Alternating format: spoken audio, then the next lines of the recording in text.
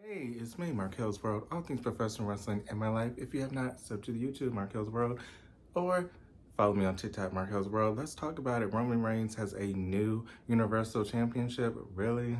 You don't even defend the one that you had before, but now he's gotten a new Universal Championship and belt. And I'm really sick and tired of WWE with all these belts and all these new belts that they're trying to introduce. It's kind of like silly at this point because it's like every other it's just like what it's like every other year we get a new belt design. It's like the lineage of the belts and the history of the belts kind of don't mean nothing. If you're always getting a new design, it don't mean shit. You can't even say, "Oh, I'm with," I got the belt that Ric Flair used to carry. You can't even say that in 30 fucking years no more because they change the belt every fucking year.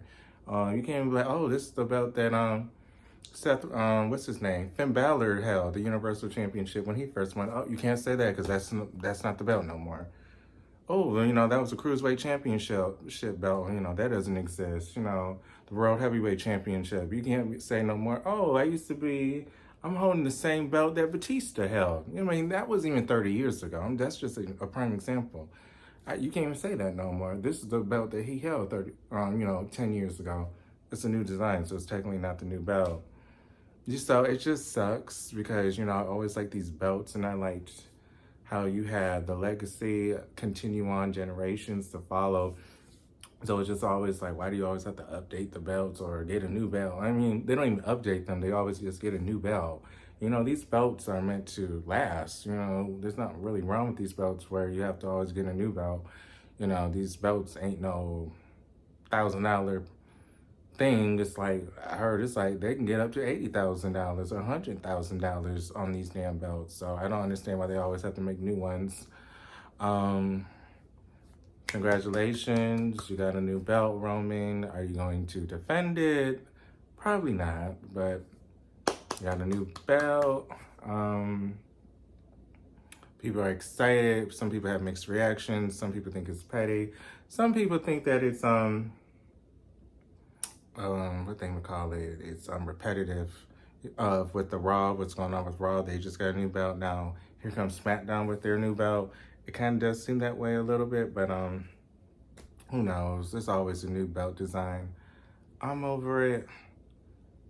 Put that belt on somebody that's going to defend it, but I'm over all these new belts every other year. Roman Reigns, I like him, so I'm not over him. Do like him. I do love the Usos. The Usos are one of the best tag teams that I've ever saw as a wrestling fan. I've been watching since I'm 7 and I'm now 27, so I've been watching for 20 years now. So one of the greatest all-time champions of the tag team divisions. Roman Reigns, he's good in the ring. Doesn't really come that much. I understand if you can pull those shots, I'm not mad at you. If WWE agreed to that terms, so be it. Paul Heyman's always been money. He's always been money, even back in the Ruthless Aggression era. And don't get mad, I always mention that because that's the era I grew up. I didn't grow up with the Attitude Era, I think I saw a lot of videos and I watched some of the stuff, on the WWE Network and YouTube over the years. But, growing up as a 96 baby, it was the Ruthless Aggression era. So Carlito, Shelton Benjamin, Shawn Michaels, Tori Wilson, Candice Michelle, Trish Stratus, Super Crazy was my favorite. I love the High Flyers. Super Crazy. Favorite all-time wrestler is the Hurricane. Love Hurricane Helms. He is the reason I watch wrestling. He's the reason I fell in love with wrestling as a young boy. So Hurricane Helms is always a special wrestler and will always have a special place in my heart. The best all time. Mercedes Moné, she's the newer generation, but love her. Who else was the Ruthless Aggression? Batista, I would consider him. Oh yeah, Ruthless Aggression era was the John Cena era, according to the WWE games. Ruthless Aggression, or the documentaries, Ruthless Aggression. They supposedly he was the one that said that this is Ruthless Aggression. So the era was kind of the John Cena era, Batista, Randy Orton, Shelton, all the people from that OVW that became stars. Brock Lesnar, it was basically everyone from OVW. Who else was on? I love talking about the ruthless aggression era. I'm sorry, you know, if you came here about this Roman Reigns and the belt, I'm done talking about that. But I'm now just talking about the ruthless aggression. Who else did I like? Who else was really good back in the day when I was watching? I like Triple H. I like the DX. Yeah, you guys are going to hold me because I had a different version of the DX than you guys had, but at least I didn't have that PG DX. I still had them where they were mooning people and making people kiss their ass. So I still had some things growing up. I had the bra and panties matches, the battle royals, where they throwing them out with their bra and panties. What else did I have? That was kind of like the Attitude Era. We had hardcore matches. Charlie Hawes was really good. That's the name I remember. I remember he knocked down Lillian Garcia. That was big. Hornswoggle, he was entertaining. Him and Finley. I remember Finley used to have that thing and used to hit him. I don't know what it's called. I forgot. I don't want to say something and you guys laugh at me. He was really good, Finley. And he's the one that helped the women's division, so train. I watched a lot of interviews and all the women always said he was always, helping them. Then we had my all-time favorite. Again, this was the time I'm growing up with, but I loved Eugene. Loved Eugene. I always felt like he gave a spotlight to those with special needs.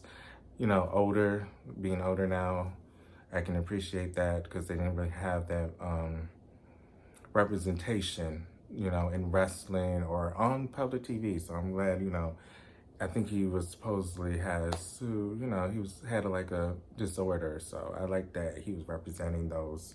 It's always nice to have someone on TV. Booker T, I did like, he was like the black person that, represents. I did like, what's his name? Some Benjamin already said that, Booker T.